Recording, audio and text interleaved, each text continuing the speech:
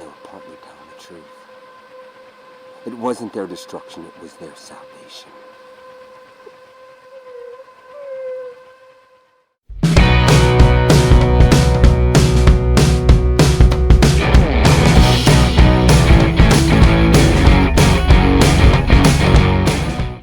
True crime or urban legend? We are talking 1962 Halloween Massacre, and this is directed by Crawford Watson. Now this movie is actually based on a photograph which has a bit of a kind of mythology about it. The photograph is of a group of Halloween partygoers in 1962 purportedly. And one of the partygoers is this kind of figure in a black mask. Now, the story goes that this figure was actually a serial killer who went on to murder 7 of these kind of partygoers later on that very evening. Now, this has kind of been a subject of, is it real? Is it a hoax? Is it just kind of an urban legend? Well, I'll let you do the research and you can find out for yourself. But this is the movie based on that kind of urban legend, so to speak. So obviously taking place in the early 60s, it focuses a group of 4 friends as they travel to this kind of Halloween party out in this kind of house in the kind of this woodland area. And, you know, everyone's kind of in fancy dress, etc. But a mysterious figure turns up wearing one mask and then changes it into a second mask. And then kills a group of these kind of partygoers after kind of locking them in this house. Now, what will happen? Who's involved? You'll have to watch the movie and find out.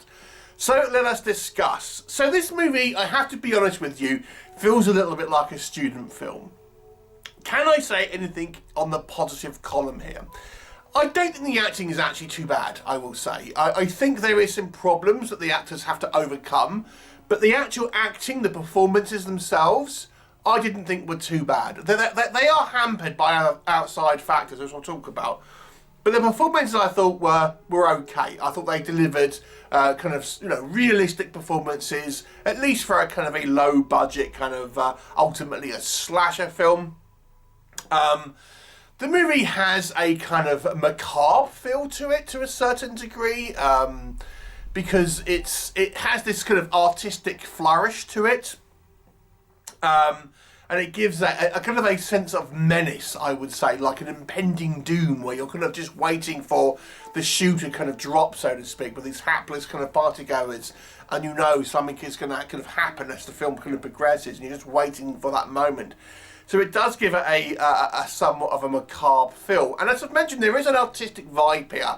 I'm not the biggest fan of art films, I have to say, but there are some elements here that I feel may interest the kind of more of the kind of the higher brow kind of art house style horror fans. I don't think it's fully art house, but there's just some kind of sensibilities there. I think the idea of this killer kind of just blending in with these kind of partygoers as they are, wearing these masks, completely unaware that there is a danger in their kind of very midst, and they're kind of socialising with this person, not knowing that he's a complete stranger, is an interesting concept. And again, it has that kind of quite a neat kind of psychological kind of angle to it. So let's talk about what doesn't work. But I mean, before I go into that, I think the positives here, a lot of them are in the inception of the idea here, and it's the execution of it where I feel this movie falters. Because this movie, I think, needed to have someone to push back on the kind of the filmmaker here, and maybe make some different choices. So let me give you some idea about where I think this movie is problematic. So the movie's pacing is very, very slow. When it comes down to it, if you're looking at an actual narrative thread here, there is very little story here. There is very little plot. It's not a long film necessarily, but because there's very little story progression, we have scenes that are very overlong and where not a lot happens. And this brings us to a number of problems. So I'm going to talk about the opening scene first of all. Now the opening scene is a 15-minute car ride to the to the party, and if it is effectively just a dialogue scene between four characters, or four kind of main characters. It's problematic for a number of reasons. Okay, so number one, I think the one that most people would pick out is that they use a found footage technique in this sequence, using a camera from 1962. The technology simply wasn't there for them to do that at this point. You know, you might have used Super 8 to capture images, but they wouldn't have been able to capture audio and things like this, and it has too much a kind of a modern kind of sensibility. Problem number one. Problem number two is, in this entire car ride, all of our characters are wearing masks, and it's just complete dialogue. The problem is that, you know, we as humans get a lot of information from the non-verbal communication, facial expressions, body language, things like that, so a visual representation. And when we're just seeing four characters who we've never interacted with before, just have a block of dialogue for 15 minutes and just banal kind of chit-chat, it doesn't make us emotionally connected to these characters. I think it was a bad idea to have these characters in masks, so we can't see those kind of emotional kind of resonance on their faces. That was problem number two. Problem number three is, I think the dialogue is banal. It's just kind of like inconsequential kind of chit chat. I understand they're trying to go for getting to know the characters and stuff, but they could have been more interesting kind of dialogue. And this is where sometimes I feel the actors are hampered, because they're not given good things to say. And then, you know, generally speaking, we're meant to believe this is taking place in 1962, but it really doesn't feel like that. And they sort of attempted to kind of throw in kind of times, period kind of situational things like communism and, you know, things like that, Cuban the Missile Crisis, whatever, you know, they want to talk about. But the kind of the way these characters talk doesn't seem off the time. The way they dress doesn't seem kind of like particularly kind of, you know, time correct, things like that. It seems much more modern. Even things like, for example, the music. You know, we're at this party. The 60s were well known for, you know, a particular kind of style of music. We don't get any of that.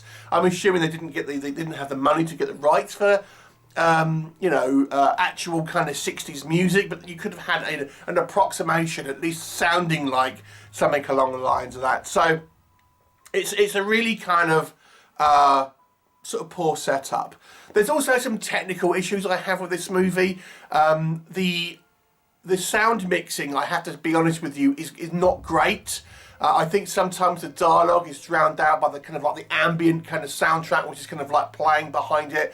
So again, it's hampering those kind of you know, the actor's performance, and you know, you can't really understand what's going on in certain scenes with the dialogue.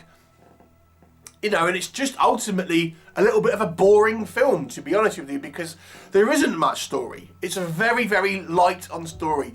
So what we do have is lots of kind of dialogue sequences, and I don't think you really connect with the characters. You know, I don't think necessarily the actor's fault, like I've said, but I think it's the way these characters are written and the way they've been directed really doesn't make you kind of like connect to these kind of characters, and it needed to have a little bit more kind of going, maybe a little bit more setup at the beginning, and then just kind of re-edited, to be honest.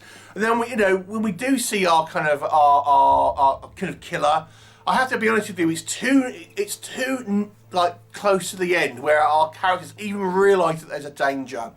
So the whole time, I mean, we don't really get much in the way of the actual kind of the killing, the murders, until quite late on in the film. And then, you know, the first couple, you know, he's doing without anyone sort of seeing. So no one really knows they're in danger until right at the end of the sequences, really. So no one's kind of acting like they're kind of scared and stuff until quite late in the film and trying to kind of get away and stuff like that. So it's really just like shooting, you know, fish in a barrel, whatever the saying is.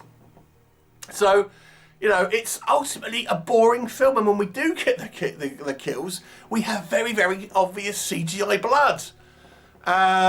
So there's a number of elements here that I feel are just very misjudged on this film.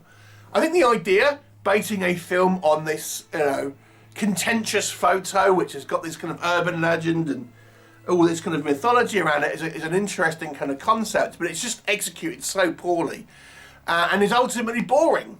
So this movie, I'm going to give it a 3 out of 10. Have you seen it? What did you think of it? Please do leave me a comment, and I shall look forward to seeing you next time.